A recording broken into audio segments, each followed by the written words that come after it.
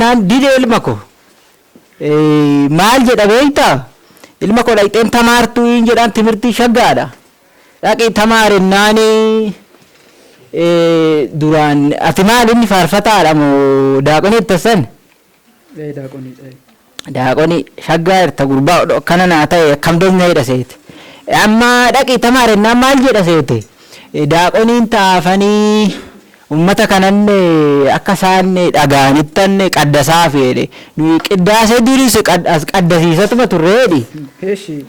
Amma qaddasaafanii isa innaan na didanii jedhe walii lamaayii wanni kun ante marree abbako meeqota deematu maasawnu kootu be sinin jarjartanii daa'imni zamana kanaa ilma kooyi ilame waan tokko waan isin hin galle tokko jira amma duraan keessa bara duraan isan keessa qooqa ofii ofiitiin namni qiddaasee isaa ta'u barumsa isaa ta'u dhaggeeffachaatiin turre amma immoo waaqayyoof galatuuti erga kun waldaan duuka boota kun erga hundeeffamanii booddee namni hundumtuu qiddaaseenis afaan oromootiin ta'eera barumsis afaan oromootiin ta'eera wanti kamiyyuu afaan oromootiin waaqa kadhannaanis ilaa na dhaggeeffadhu daa'iman naan sittani maan ilaali nuyi waa'ee beeyna jaarsi kuni ilaali ammuma feesi yoo naman tamaarre ta'an jechuudha amma zamana kana keessa tabalaashaa ta'e daa'imni maaliif tabalaashaa ta'e durdu qaal kidaan mabe dhaabbanna qiddaasee waan inni dhaga'ee hin beeku an jedhan jirumi qaal kidaan maaf dhaabbannaa hoggaasaan wanna ta'e nu jedhan ameen jenneetuma galla ilma nu marga midhaan keenya nu didee beekaa hin beeku maaliif isin maa tabalaashaatan inta balaashayna maalii gize ingalle tokko jira abbaa kun maalinni tokko amma laala dhugaadha waaqayyo garaa qulqulluudhaan yoo kadhatan waaqayyo laphee namaati kan inni ilaalu isuma caalatti garuu afaan beektanii wanti jedhamu sun afaan isin beektanii notoo ta'e mee yeedaloo tokkon isin jedhamee na dhaggeeffadha amma afaan giizitiin isme qinaate beetike baliyaani inaafa mana keetiin nyaate jedha afaan giizitiin jechuudha maali gurbaa inaafa shaggaaniti mee afaan oromootiin immoo isiniifan jedhamee na dhaggeeffadha jedhime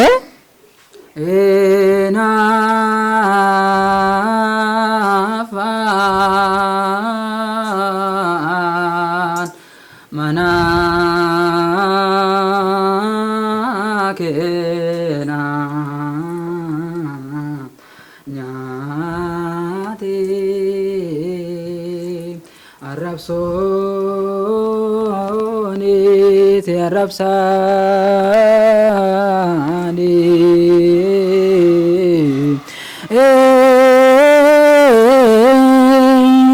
narate ni kufe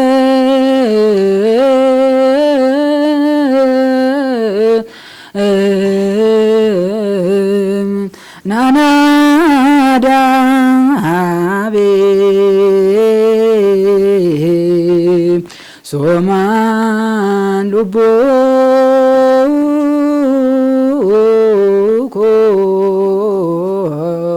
jedha abbaan keenya qulqulluu daawit akka kanaan afaan ofiisaatti beekuun afaan ofiisaatti beekuun waaqa isaa galateeffata amma ilma ko isatti maarte kana maal kun amma barumsa akkana jalqabameera mucaan keessanis kan akkanattan uummata koo barsiisuu barbaada akkanattan uummata kootiif dhaabbachuu barbaada kan inni jedhe kun ajaja waldaa duuka bu'ummaati ajaja duuka eenyuma sin dhowwe akkasitti akka hin jenne eenyu sin dhowwe maaligaa kanuma jechaa turanii gaachi dasana kanuma jechaa turanii isuma kana jechaa turan kan kana hin banne kaa gurbaan tabalaashaane kaa gurbaan kanuma odoon dhagahin turre jechuudha isuma kana otoon dhagahin turtanii amma maal inni ree sin dhowwe eenyu sin dhowwe amma rabbii fagaadatu amma tokko illee ifatti baatee jira ammas ka keessa namoonni tokko immoo gufuu ta'uu barbaadu warreen amantii qaban otoo hin taane warreen amantaa hin qabne jiru jechuudha akka duuka bu'uumaan baruma duraa keessayyuu gooftaan keenya duuka boota isaa ergee gaafa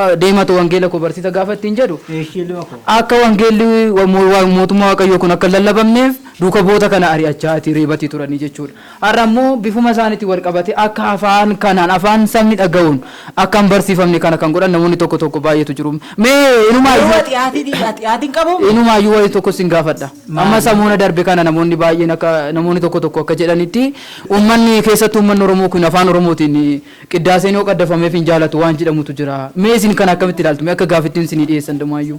Ilma koo hundumaa silaa sintu beekaa sintu tizaazii gadi dabarsaan maalitti beeynatteeti? Mee akkam dassin jedhe nuyi jennuudhaaf nuyi odoo dhageenyeetuma ameen jenne shaggaadhaaf nuyi ilma hin dhageenyuufi malee. Egaa kanaaf kanarratti namoota amma kana gaafisiin gaafachuudhaaf anani namoonni tokko akka waan nuti afaan keenyan barannee tooni akka afaan keenya hin jaalanneetti namoonni nu ilaalan waan jiraniif kana isinirraa dhaga'uu barbaade tanani mee koota inuma deemna amma tajaajilli keenyas nutti barfata. Qoy maaliin nan akkana jedhu kun kanan barbaanne jira gurraan dhaga'uun barbaanne jira duudadha inni. Namoonni tokko akkas jedhanii yaadu akka yaadni ilaalchi namoota tokko garaa waan ta'eef akkanatti kan yaadantu jira. Mee immoo sumaafanii daataa isinirraa argachuudhaaf jecha riiserchii kiyya afanan isin barbaadeyyuu isuma keessatti iyyuu naa oolu keessaniif irraa waaqayyo walitti nu fiduu isaatiif guddaa isin galateeffadha. Kanaafuu kana booddee abbaa koo isin gidduu isinii fi mucaa keessan gidduu sababa afaan kootiin an tajaajila uummata koo afaan kootiin tajaajiluun qaba jedhee jennaan isin immoo itti muufattaniittu. Kanaafuu warraa qabdanii kunooti isinis koottaa waan dhageechaniin waan afaan dhageechaniin koottaa baradhaa koottaa qiddaasee dhaggeeffadhaa koottaa kadhannaa geechifadhaa hundumtuu afaan keessaniin ta'eera. Afaan keenya kana duwwaa moomite afaan saboota kamiiniyyuu jechuudha. Kanaafuu ergamni waldaa duuka bu'ummaatis kana waan ta'eef asumaan immoo miseensa waldaa keenyatti akka nuuf taatan kanuma dhaamsa isiniif dabarsina. Mee koottaa kanumaafuu adeemnu mee yeroonis nutti haa ta'u ilma kooyi tamaarullee haa tamaartu ani hin dhowwuyi garuu kanaan dura amma oduu akkasii oofaa turte suni amma maaliif hin tamaarinaayi afaan kanaan hin dhagayinaa hin jedhu suni dhuguma nu baddaleera. Dubaddalee ummata kan gadi jedhee iqirtaa xayyaquu qaba. Iqirtaa hin gaafata dhiifama. Iqirtaa xayyaquu qaba ummata kana yoo iqirtaan xayyayne mana amantaa keessatti namni kun ammas diinummaa mana amantaatirraa qaba. Maaliif yoo dhageenye nu yoo dhageenye ameen jenne rakkoo maal qaba? Kanaaf ka dogoggorri. Kanaaf laa ilma kooyi haa ta'u amma mucattiin nan ergaa tamaartuyi nana tamaarsisa sirriitti akka keetii kanatti naa tamaarsisi garuu immoo shaggaa hojjettanii shaggaa fiddanii isinis keessan bayinaa adara keessan bayinaa gabaabumaan yoo taate shaggaadha jedha kaa Oromoo waan hundumtu keessa baanii xuruun taatu. Tole daa'ima ko. Tole abbaa ko. Haa ta'u kaani nan jarjaraa ijaarsa duu jaalataa jedhi kaame. Tole jedhaa kaame anis kun asirraa nani. Haa ta'u jabaadhu. Tole bakka jedhaame karaa gaarii siniif haa ta'u abbaa ko galatooma.